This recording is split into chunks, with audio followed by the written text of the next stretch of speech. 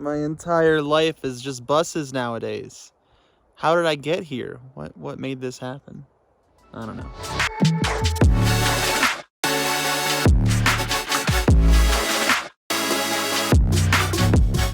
This here is the struggle bus. It is not mine, but it is here for a whole bunch of work. It's put in some pretty good work over the past few years, going around different festivals. We use it as a mobile stage. Everyone in the crew camps in there. There are a lot of projects that are going into this bus over the next couple months, but the first thing I gotta do is I need to rebuild this. This bus has put a lot of work in over the past few years. It's been across the country quite a bit, and with that, it also was hauling a lot of equipment. This engine has been super reliable up until now. It's an international DT466e from 1998, so it's an early electronic model. Usually there's not too many problems with these engines. The mechanical ones are kind of more sought after, but this has done its job very well, which means that it is now time to do an Inframe. Now, if you're not familiar with what an Inframe is, let me explain. What that means is an in-frame rebuild. Medium duty and heavy duty diesel engines are built a little bit different than the engines in your car, usually. Now, every engine has parts that need replaced every so often, things that are just considered consumable or wear parts. Every engine has these parts. Now, these medium duty and heavy duty diesel engines have more of those parts that are built to be replaced longer, because usually these engines have longer service lives. So they're going to be able to go to 200, 300, 400,000 miles. But they do that by being able to replace internal engine components a lot easier than you'd be able to do in your car. Most of the time when you have to get your engine rebuilt, it needs to be pulled completely out, disassembled 100%, sent off to a machine shop, and there's a whole bunch of steps and a bunch of people that it has to go through, which requires a lot of extra money to get an engine rebuilt. Most people just have a new engine put in there for a couple $1,000s and it's good. That extra time and money isn't really good for fleet vehicles like buses and semi-trucks. So what they do is they have kits where you can physically replace all your gaskets, every little wear part, including your pistons and your cylinder liners, which in most car engines, the cylinder liner cannot be removed. It's just pressed in there. With these, you can get them in and out with relative ease if you're an experienced diesel mechanic, which I am not, by the way. Actually, you know what? Let me take a second to just give you guys this disclaimer. This, under no circumstances, is professional advice. Please seek a professional mechanic if you have any questions about your bus or your truck or your car. This is a very loose overview of how to rebuild this engine. I am not your mechanic. Please do not take what I say as law or fact. If you are mechanically inclined and you are just using this as a reference, sure, whatever. But don't watch this video and think, oh, I know how to rebuild an engine now, because I promise you I'm not going into enough detail. I'm going to cover as much as I can, but I will not get everything that you need to know about rebuilding engines or just working on your own vehicle in general. Maintenance and repair to most school bus conversions is extremely expensive. It's one of the reasons why I learned how to do a lot of this stuff myself. And I definitely implore you to do the same. Know as much about your vehicle as you possibly can so you can save a few dollars here and there. But when it comes to major engine work or safety work, more so like your brakes or suspension, please consult someone if you are not comfortable working on these vehicles. Now I'm going to get back to telling you what an in-frame is. As the name in-frame suggests, you can keep the engine in the frame while you're rebuilding it.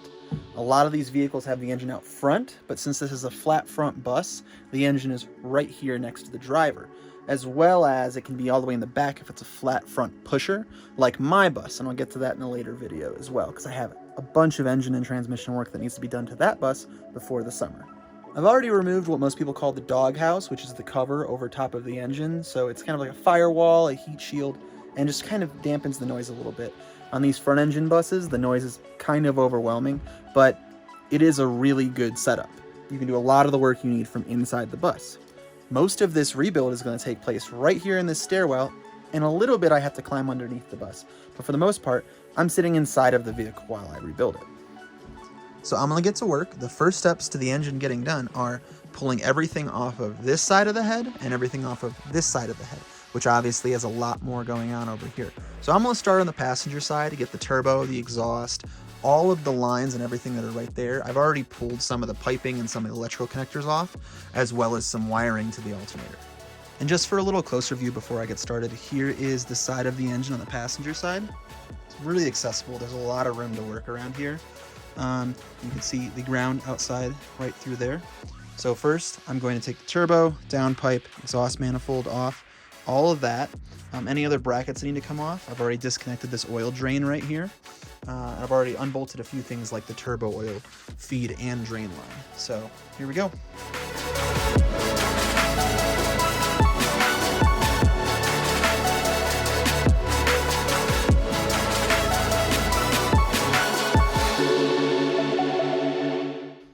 All right, now that I have the turbo out, I just wanted to show you guys.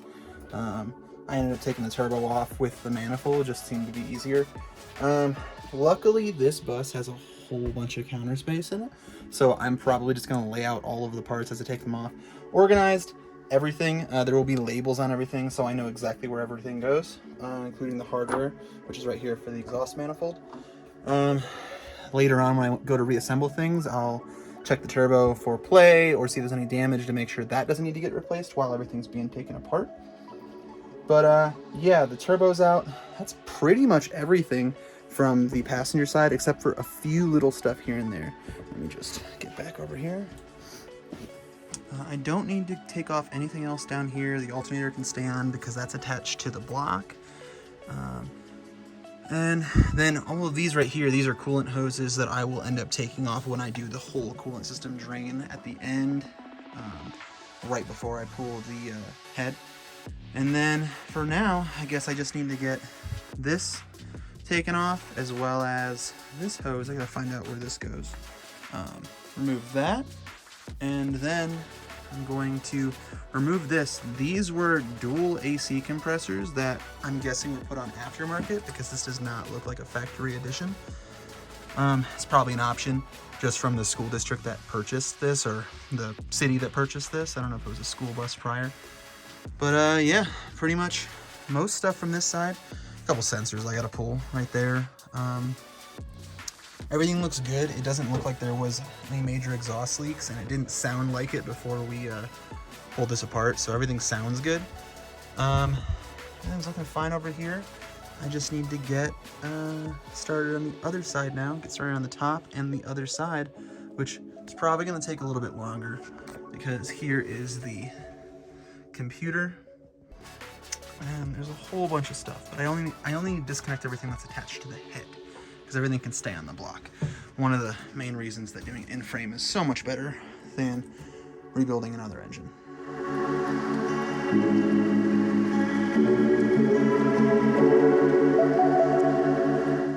And it is the next day. We started losing light pretty fast last night.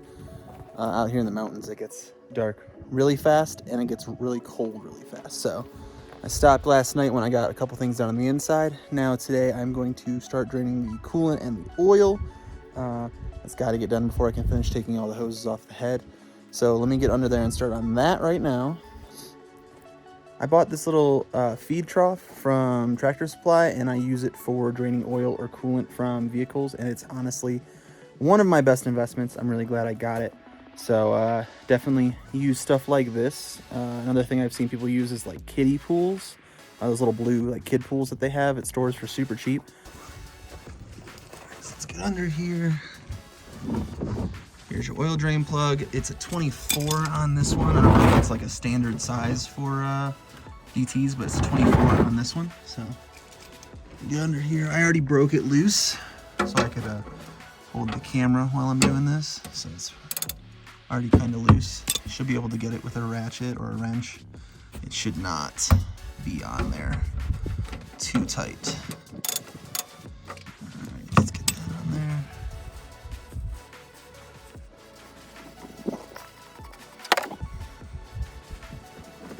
All right, it's draining. I'll drop that plug. While the oil finishes draining, I'm gonna go up top and I'm gonna show you guys what I pulled off last night. So on the driver's side, I didn't get too much off last night, but I did remove the computer right here that controls the engine. I got that taken off and put in a safe spot. I disconnected some more electrical connectors and got this and the AC compressors that's disconnected. I just can't get it out of that small hole. I gotta figure out which direction I can pull that. So yeah, I guess it is just time to do more work. I'm determined to get this entire side done over the next few hours. So let's do it. One more thing I almost forgot to do was get the coolant draining, because that's going to take a while. It's a pretty big system. Luckily, unlike a car, this is pretty tall, pretty high off the ground, so I can fit a 5-gallon bucket right there. So what I did is I cracked the radiator cap, because you want to let air flow through there, because it's a sealed system. And then luckily on this DT, I don't know if this is a standard thing, but on this one, and boom, draining coolant. Easy peasy, good to go. All right, let's get back inside.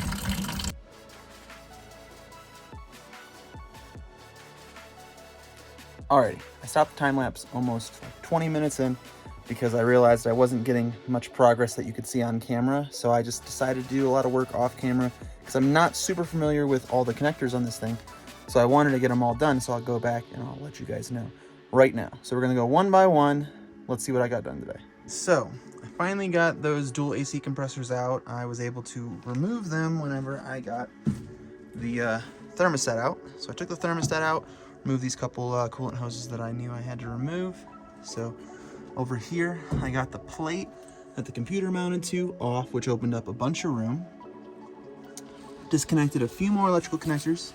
Hard to see, but there's a couple that go right here on the side. I think this is the fuel rail, as well as I got the fuel return line disconnected, the oil drain line, see that? The oil drain line that's attached to the fuel rail as well. Got that disconnected. And then on the back of the head, fuel line that goes into the head for the fuel, that goes into the ejectors.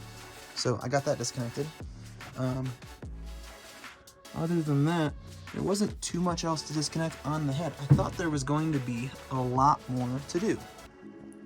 So no intense work really on this video. I got all the basics done. I got everything stripped from the passenger side, pretty much everything stripped from the driver's side of the head. The next video, I'm going to dig into the head. I'm going to take the valve cover off, remove the injectors. I'm going to pull the push rods. I'm going to get everything removed that needs to be removed, and then we're going to pull the head off. So if you want to see the next video, please like, subscribe, everything that all the YouTubers tell you to do. I'm going to get it out right away. Basically, this series is going to be the engine rebuild, and then after that we can get going on all the other things that we're going to do to this bus and my bus and everything we need to do before June. So thank you so much for watching, and I hope this video helped in any way. All right.